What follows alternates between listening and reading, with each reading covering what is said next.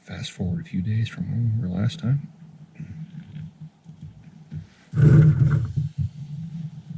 Making a little double oatmeal breakfast. Some coffee. This will be the last hot breakfast for a little while. So we managed to, I think I told you, we managed to recache. We've got water out there on the landscape now, and really we've been sitting waiting on this heat wave to pass and let the dogs kind of prepare as we've been waiting. So yesterday it was 81 degrees, and that's just about undoable as far as running dogs on a landscape with no water. So today, different conditions have moved in. Weather's coming our way. We're just up the road from the Elkhorn trailhead. Elkhorn is the homestead of Teddy Roosevelt, so we're going to run right on the trail this morning past Teddy Roosevelt's old North Dakota homestead. So excited to get back on the trail. We've reassessed our gear. Of course, we repaired our chain. I think I've managed to drop another 8 pounds out of the gear through batteries, computers, lessen the amount of clothing. All those things could have negative implications over the longer term, but hopefully they'll help us get across these trails a little bit easier being that much lighter. So that's the thought. We're just going to finish up breakfast here. I'm packing up camp, and then we're heading down to the trailhead, and I'll give you an update down there. We'll get the day started.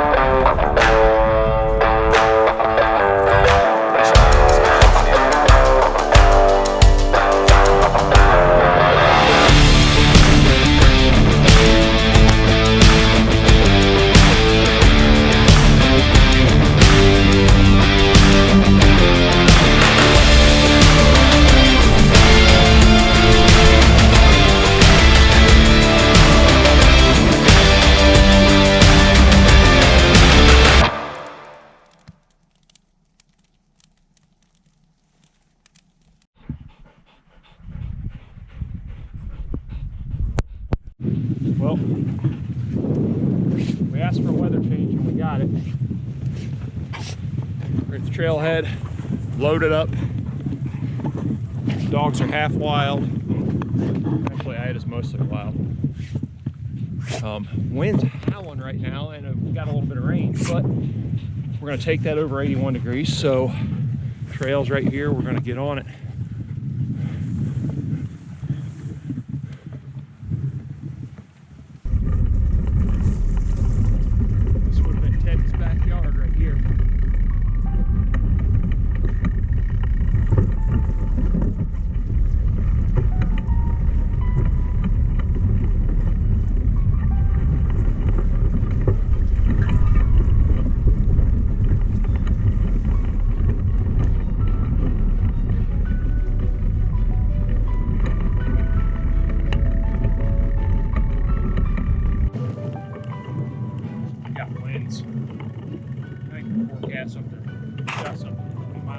Today, and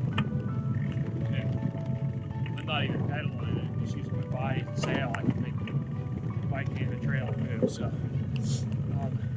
one of the adjustments that we're making, hopefully you can hear me. One of the adjustments that we're making, this next segment, which will be the last segment of the trail, is we're going to limit the amount of miles the dogs will do on the trail to give us a better pace. So we're trying to max the dogs out at about 5 miles a day. So that won't be too long of a ride. It'll give us some time to set up camp and then hopefully hunt it. So that's kind of the goal.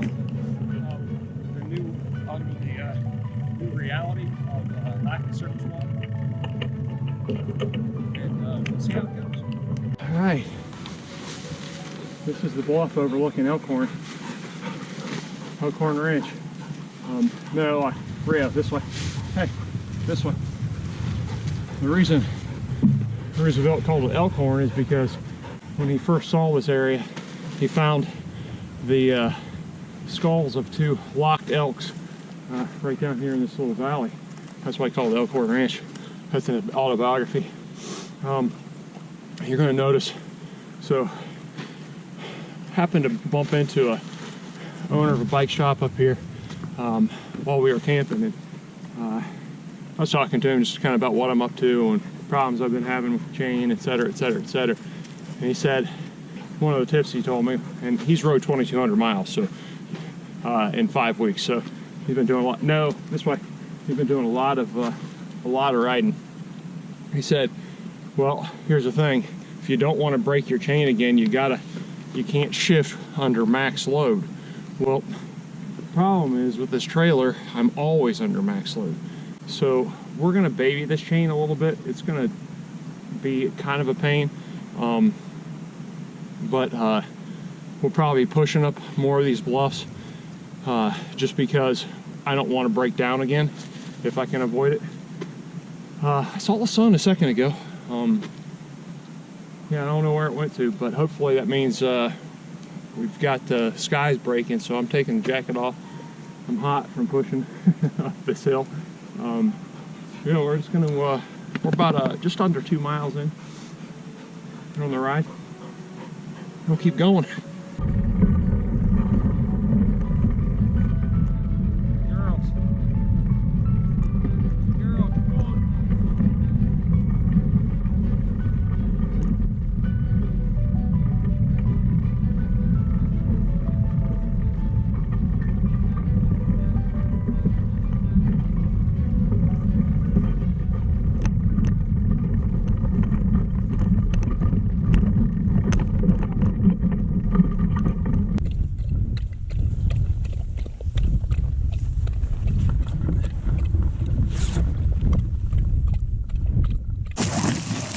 Some sections through here where the disconnect is the better option.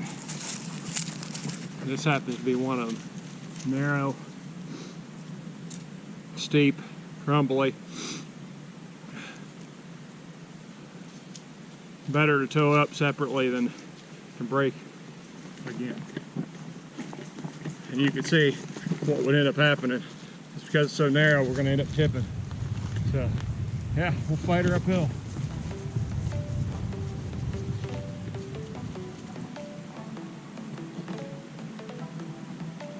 I just unloaded Ida.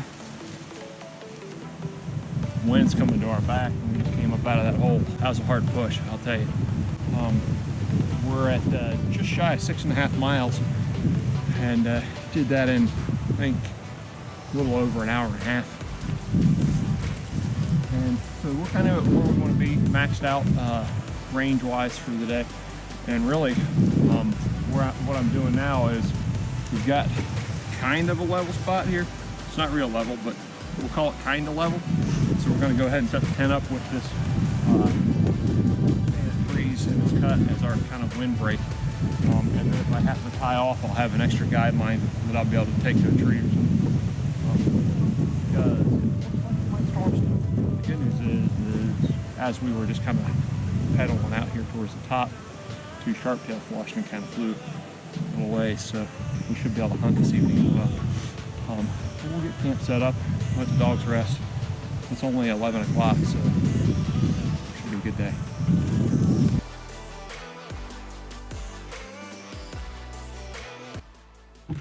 So we got the tent set up just in time. As you can probably hear, got a little rain shower coming down through. You can definitely see it. So we're just kind of tucked in. Let's see what we got. It's about noon. So yeah, we're just kind of tucked in right now. We'll hang out, let this rain pass. It's the first shower they've had in this area in a long time of any kind of consequence. I don't think it's going to amount to a whole lot, but that's why you always want to, when you're in a backcountry scenario, shelter is really, besides water, and really that's about tide, but the truth is shelter is probably more important even than water. So we've got our shelter set up, focused on that. Even if it were to rain the rest of the night, we're tucked in and good. Could just eat a couple of Cliff Bars or some nuts and peanuts and be just fine. But maybe this wind will play a little bit better for us later. The dogs certainly don't mind a little break, so we're just gonna chill out, let the rain go. So it's highly likely you can't even hear me now, but there's a big flat up here on top of the hill. So we're gonna go see here at last light what we can find up here. But I can tell you that when we get up there, the wind is howling, and so there'll be very little narration. You're just gonna have to trust me. All right, let's go find them. Let's go find them.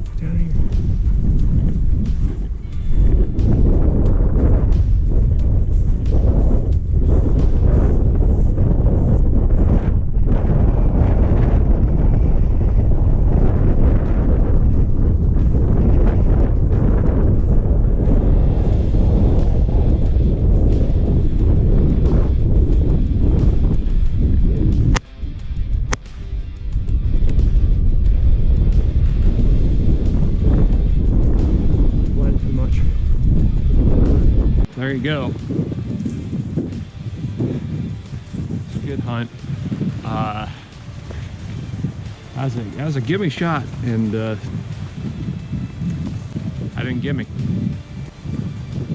Dogs did pretty good in these conditions. Wind's still howling. I don't know if it's gonna lay down or not. We're gonna get them a little dinner. I'm gonna get a little dinner, and probably just tuck in. Do it all over again tomorrow. Maybe I'll make a shot tomorrow.